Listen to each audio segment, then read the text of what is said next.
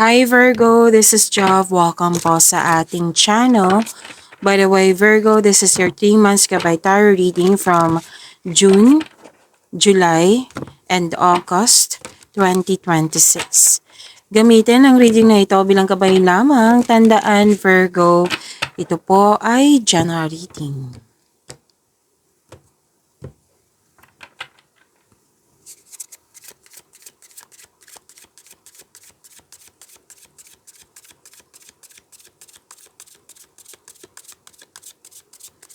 Energy po ngayong June 2026 para kay Virgo.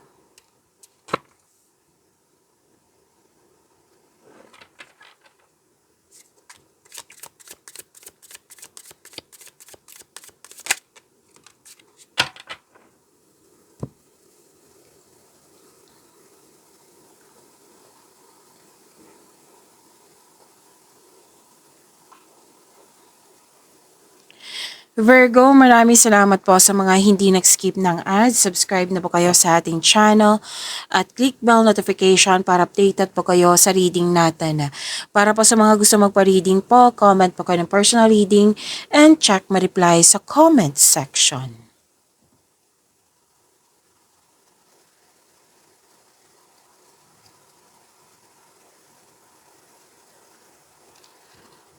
By the way, Virgo, this is long reading. 3 months from now to June, July, and August 2026 po na reading ito. Okay, so habaan niyo po yung pasensya niyo. And kumakain po ako ng Strepsils ngayon kasi kailangan po. So, focus kayo sa mensahe para may makuha kayong gabay.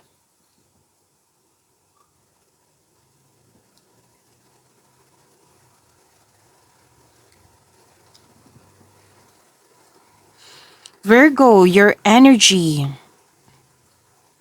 Malalim ang iniisip mo dito eh.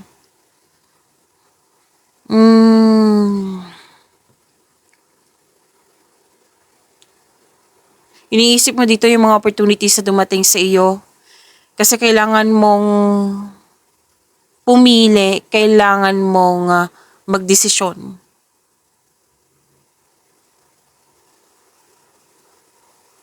Natagalan ka sa paggawa ng desisyon kasi ayaw mong magkamali, ayaw mong magkaroon ng negative outcome. Kaya naging wiser ka, naging guarded ka. Kaya nagmuni-muni.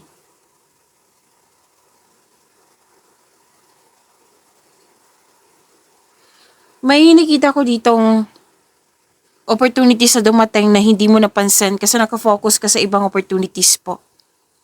So use your intuition.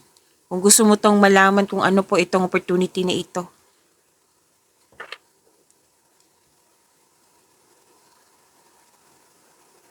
Opportunities yung naghihintay sa iyo eh. Okay? At nakatingin ka sa mga bagay-bagay, sa mga nangyari, sa mga sitwasyon, opportunities na kailangan mo i-let go tong pagiging guarded na ito. Kasi fear kasi tong pagiging guarded. Fear po ito. Kailangan ma-release tong fear na ito.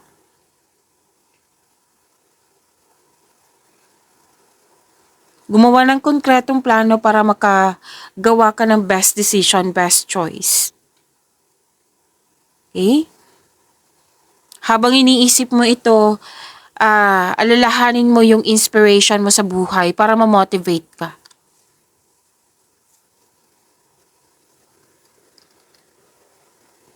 May nakita ko ditong hindi pagkakaintindihan. Kailangan kasi ng forgiveness dito, lalo na sa sarili mo. And stop overthinking. Hindi po ito nakakatulong sa iyo, nakaka-drain po ito ng energy. Okay? So at least alam mo, 'di ba, na hindi pwedeng kumbaga magbabad, mag-overthinking, mag-overanalyze kasi yun nga, nakaka-drain to ng energy.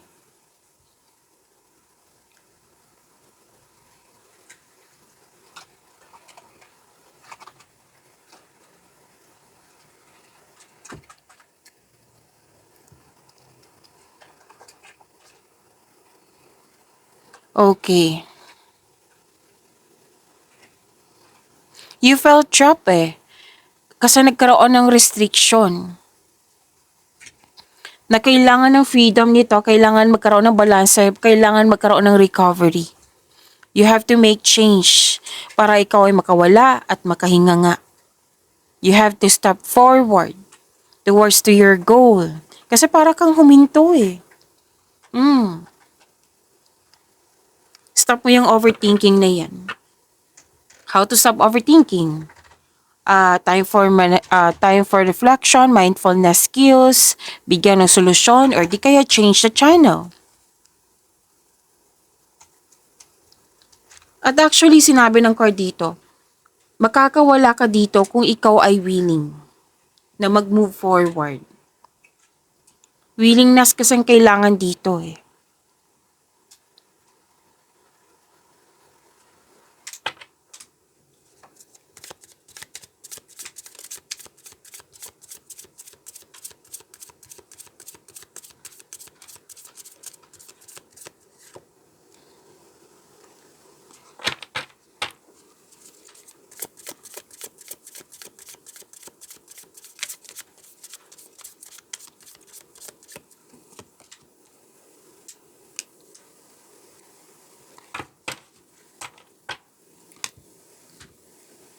Sa career and money niyo po, transformation po ito. Nagkaroon ng ending, papasok ka na sa new beginning. Pwede din po change career ito. Or paglilipat ng workplace, pagbabago, may babaguhin ka eh. Kaya nagkaroon ng transformation. Pwede din may balak kang itigil yung negosyo mo para mag-try ng ng negosyo na connected sa iyong passion. Pwede din may end of contract. Sa pera, huwag kayong mag-alala kasi nakikita ko dito money matters will improve. So, hold tight, kapit lang po.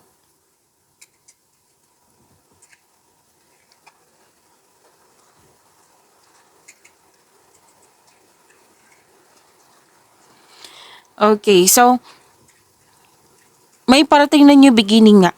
Kasi ikaw mismo ang magbibigay ng aksyon. Pwedeng tumiwalag ka sa grupo, disconnection sa isang tao, pwedeng end of contract nga, paglilipat ng work, paglilipat ng lokasyon. So, gagawin mo to, bibigyan mo ng aksyon kasi you want growth. This is necessary change. Kumbaga, it's about time.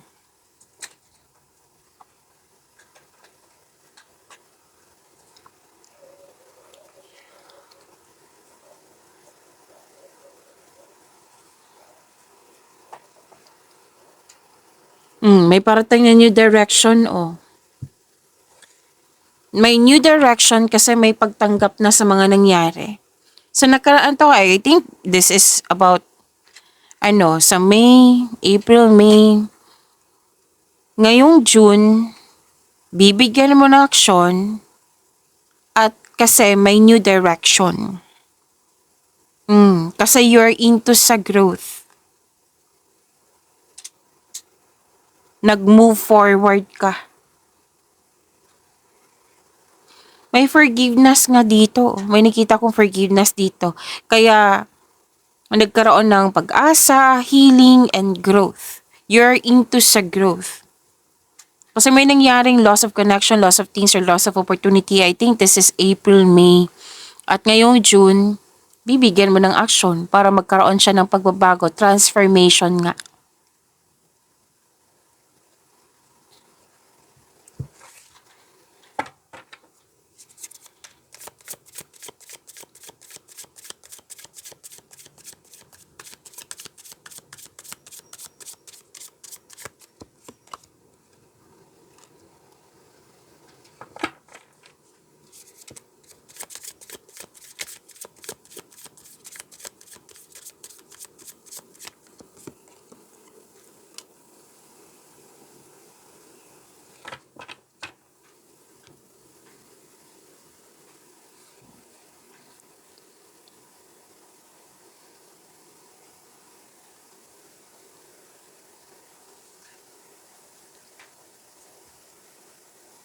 Okay.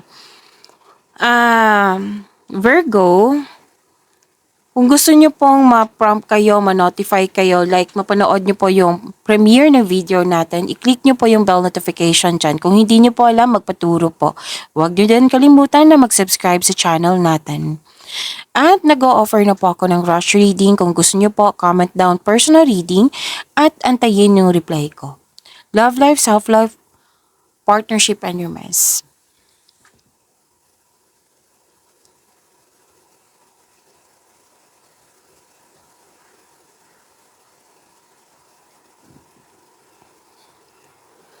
Lahat kayo single ka man, marelasyon sa buhay mag-asawa. Nagkaroon kayo ng sense of stability. Kasi gusto nyong yumaman, gusto nyong masecure yung future nyo. Kaya kitang-kita ko dito, nagpasya kayo na maging hard worker, may project kayo, gusto nyo makaipon ng malaki. Kaya hard work talaga ang nakikita ko dito. Ang ilan dito mag-abroad para makaipon ng malaki. Nagsisave ka. Mukhang may bibilin ka or para sa future. Ingat na ingat ka sa naipon mo. Lahat kayo, sense of stability talagang nakikita ko dito kasi may nais nga kayo.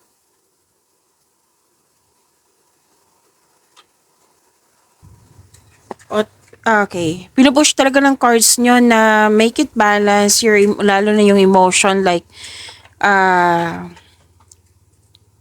wag masyado mag-isip. Kasi nag-alala ka dito hanggang sa nagkaroon ng anxiety or overthinking to. Kasi may nangyaring conflict. Pero itong conflict na ito, sinabi kasi ng card dito, communication is the key. Magkaroon ng schedule, mag-usap ng mahinahon. Okay? Hindi ibig sabihin na hihinto ka. Okay? Let's proceed sa inyong July 2026, Virgo.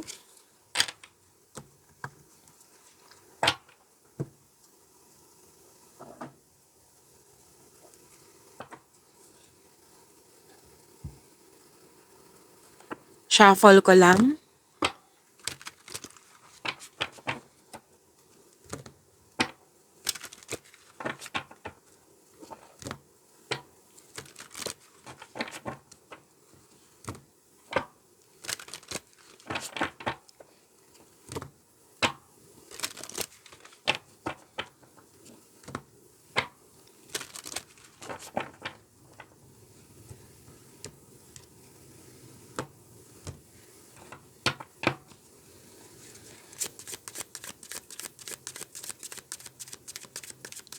Energy, Virgo, ngayong July 2026.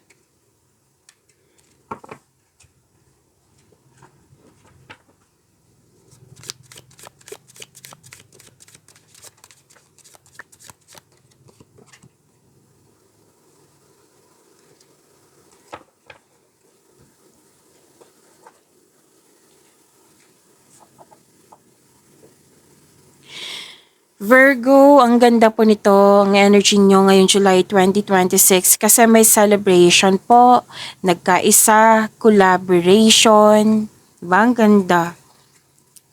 Togetherness, this is also means a stress reliever.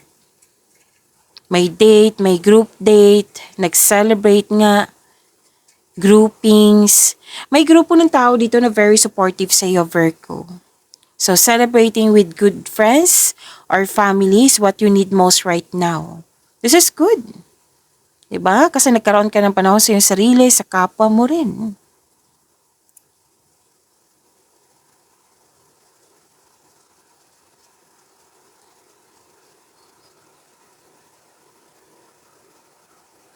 Okay. May bagong pasok sa relasyon, ligawan, nagkabalikan, nagkaisa, nagkaayos, nagkaroon ng time sa sarili. Ito po yung sinasabi ng dalawang cards mo. May commitment, may choices, may unity.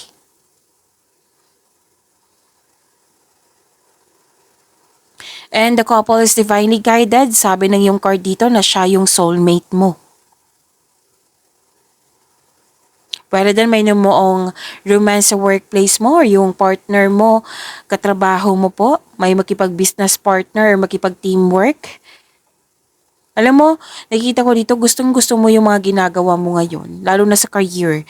Kasi nagbibigay po ito ng financial stability sa iyong buhay at nagagawa mo yung passion mo at the same time.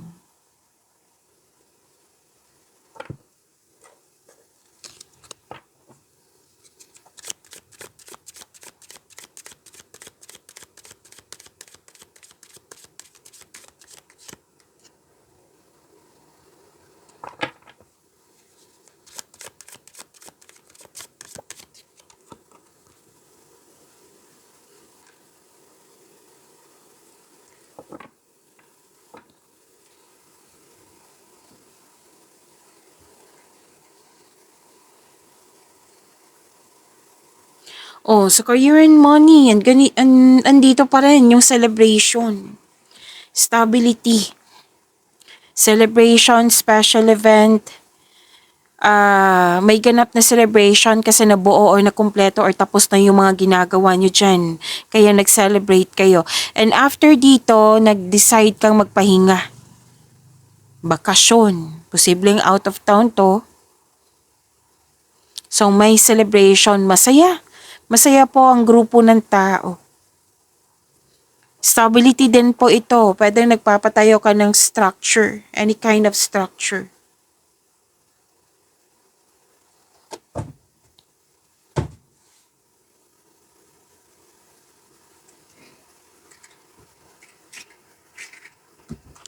At okay, may enrollment, may usapin dito sa teacher, student, education, school. And some of you, teacher, kasi you are earning money as a teacher. Yan yung sinabi na dito. And some of you, magpa-enroll, mag-study, mag-self-study, mag-masteral or board exam para magkaroon ng traditional career path or you are moving up to the ladder of success.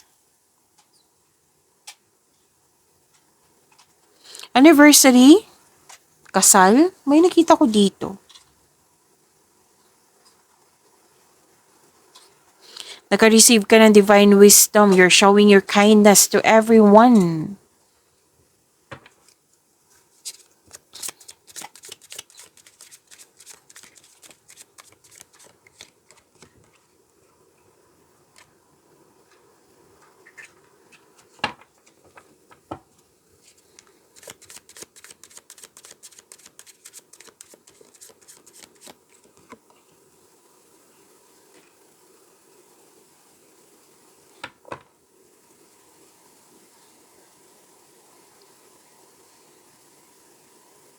Love life, self-love, partnership, and romance. Okay. Malakas ang intuition mo. May malalaman kang sekreto mula sa isang tao. Naghahanap ka ng solusyon sa iyong problema dito, sagot sa inyong makatanungan. Sabi na yung card dito na nasa iyo na yung sagot, nasa iyo na yung solusyon. Trust your own counsel first. Tapos piliin nyo po magtiwala sa inyong sarili kaysa mag-overthink po or mag-overanalyze. Single ka man, marelasyon sa buhay mag-asawa.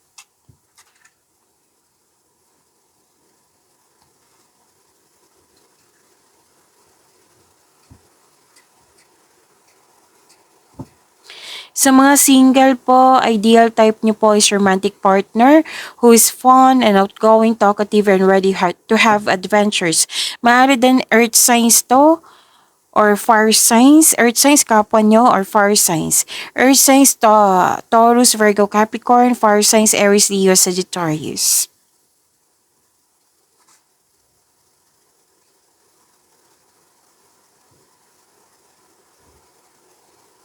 Sa mga relasyon, wala naman ako nakitang problema dito. Masaya, stability. Oo, makaka-receive din kayo ng magandang balita. Let's proceed. Okay, let's proceed sa inyong August 2026, Virgo.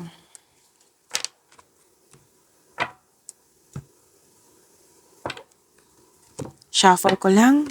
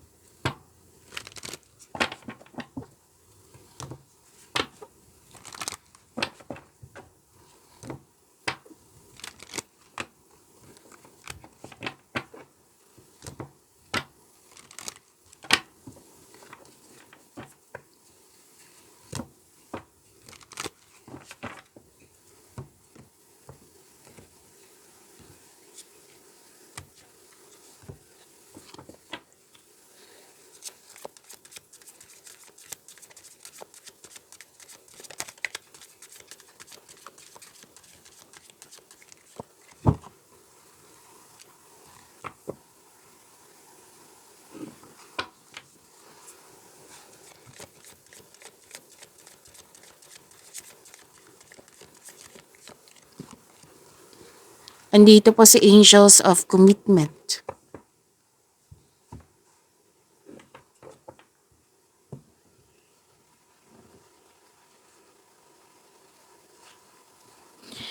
Virgo, your energy ngayong August 2026.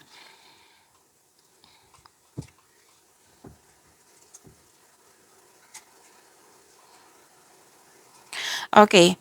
Gamitin niyo po yung intuition niyo. Umiwas kayo sa toxicity. Gamitin ang inyong intuition. Listen to your intuition kasi it will guide you away from toxicity. Okay? At kung conflict to sa malapit sa iyo, kailangan niyo pong i-address yung hurt feelings mo, improve communication.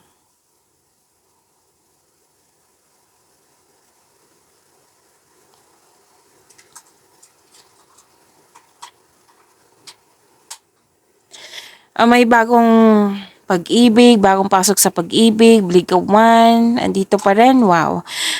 Alignment, nagkasundo, nagkaayos, this is good. Okay? Celebrate the love in your life. Okay? At may sabi din dito na you're divinely guided. At na nakita ko dito yung dalawang tao, kayong dalawa, nagtutulungan kayo. Yes. At nakikita ko rin dito yung financial stability. At nagagawa mo yung passion mo at the same time. Enjoy na enjoy ka sa yung mga ginagawa mo kasi passion mo po yung, nakaline to sa passion mo. Okay? Financial stability, claim din po.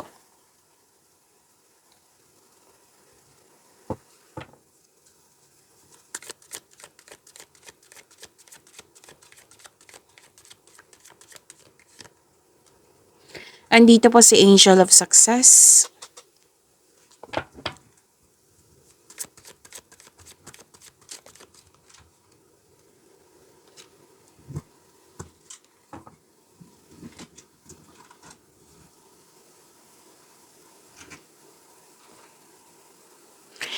Okay, may matatanggap kang rewards or recognition. Meron din ako nakikitang promotion dito, pagtaas ng kita, sweldo, allowance, or ng iyong posisyon. At may nakita rin ako dito, naka-receive ka ng positive review mula sa customer, boss, amo, kung sino man po ito, kliyente, pwede din. May celebration pa rin dito, ha? Oo, may celebration, successful completion, accomplishment, success nga, recognition, perfect situation. Yes, perfect situation po ito. Maaring may parating na gantimpala or positibong resulta sa inyong mga ginagawa. And sinabi din ng card dito, tama tong gagawin mo na mag-celebrate ka sa wins mo.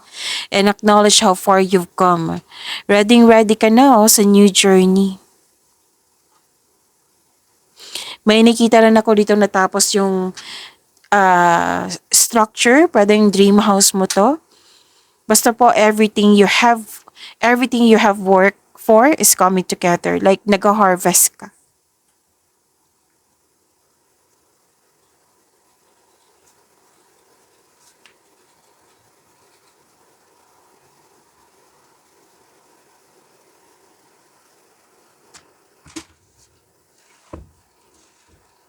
Wow, ang ganda naman ito. Ang ganda ng blessings mo, big ideas, maraming big ideas, very inspired ka. Gusto mo mong magkaroon ng dagdag investment. Yes. Malalim ang iniisip. Oo. Mga planos, nag-iisip ka ng mga plano pangarap sa buhay. Nag-iisip ka ng mga desires mo sa buhay nga. Contemplation to. Nagmuni-muni, planning. Gusto mo mag-level up. This is good. Claim, Virgo.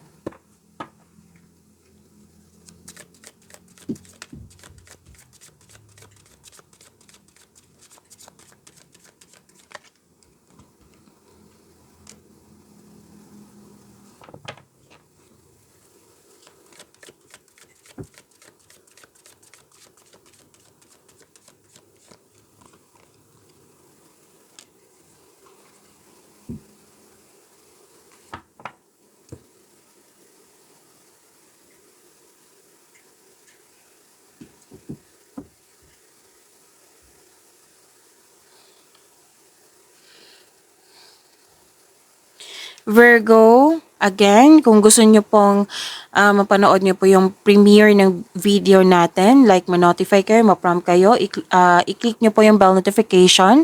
Kung hindi nyo po alam, magpaturo po. Huwag nyo din kalimutan na mag-subscribe sa channel natin. Nag-o-offer na po ako ng rush reading. Kung gusto nyo po, comment down personal reading at antayin yung reply ko.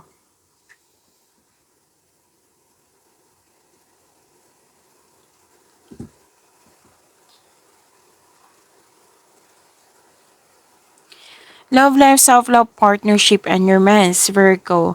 Para sa mga single, pwedeng nakilala mo na siya. Makilala mo na siya ngayong August 2026. Kasi excited ka dito eh. So take things slow. Kilalanin mo muna, sabi ng yung cord. Sa mga marelasyon, may pangyayaring aminan, posibleng proposal po. Proposal, literal na proposal, pwede din project ito. Okay, makakatanggap din kayo ng magandang balita po. This is of emotional offerings. Okay? Basta po kung may bagong tao sa inyong buhay, niligawan mo ba or nanligaw sa iyo, kilalanin ng mabuti, huwag magmadali. Okay?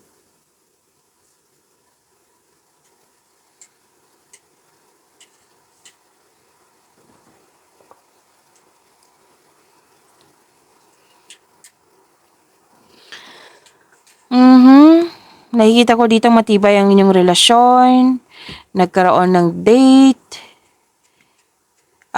Oo, after ng masalimot na di pagkakaunawa ng kahapon. Sa mga single, okay, this is good. Handa ka nang pumasok sa buhay pag-ibig. Dalawang card mismo nagsabi dito na makaka-receive ka ng magandang balita or may bagay na matutupad. Yes, and this is good. This is good. Good news is coming related to your home or personal life. Ang ganda naman. So, this is abundance. Ang ganda.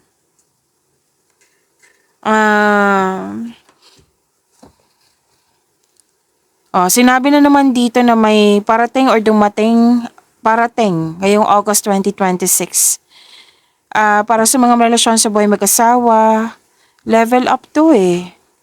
So, nag-clarify na naman na may proposal, magaganap na kasal, or di kaya kung kasal na kayo, pwedeng project po ito. Nag-clarify na naman po. May ilang couple dito kontento na sa pagmamahalan. Yes. So, abundance claim niyo po.